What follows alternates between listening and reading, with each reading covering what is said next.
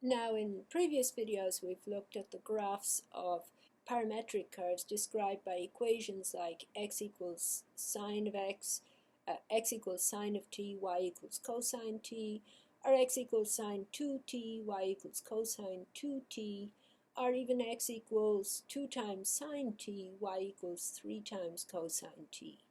And these are all special examples of something called Lissajous curves, which are of the form x equals a times sine nt, y equals b times cosine mt, where you can choose whatever value you like of a, b, n, and m. And mathematics is a wonderful place for experimenting to see what these curves look like. And we're already familiar with some of these curves that give us circles and ellipses. For example, if I take a equals 3, n equals 1, b equals 2, and m equals 1 here, and if I plot this from 0 to 6 pi, then the graph should go around an ellipse 3 times. And we see that that's happening here on this particular curve. So we've created this demonstration here where the command liss anbm t1 t2 draws the corresponding curve as the t ranges from t1 to t2 for our own choices of a, n, b, and m.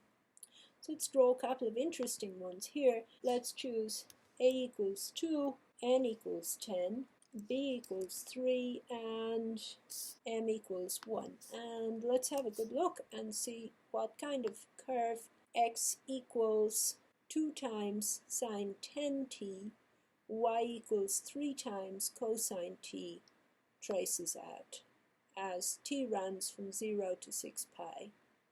And we see this is very interesting. It's neither a circle nor an ellipse, and we see we're running through it several times here as t ranges from 0 to 6 pi.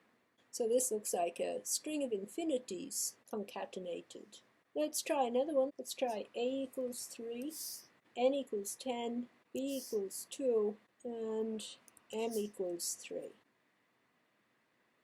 And again we see a very squiggly curve which looks a bit like a lattice, and as we go from 0 to 2 pi we trace out the entire thing, and then it's repeated as we move on to from 2 pi to 6 pi. So those are Lissajous curves. If you want to use this worksheet, it'll be available on the website.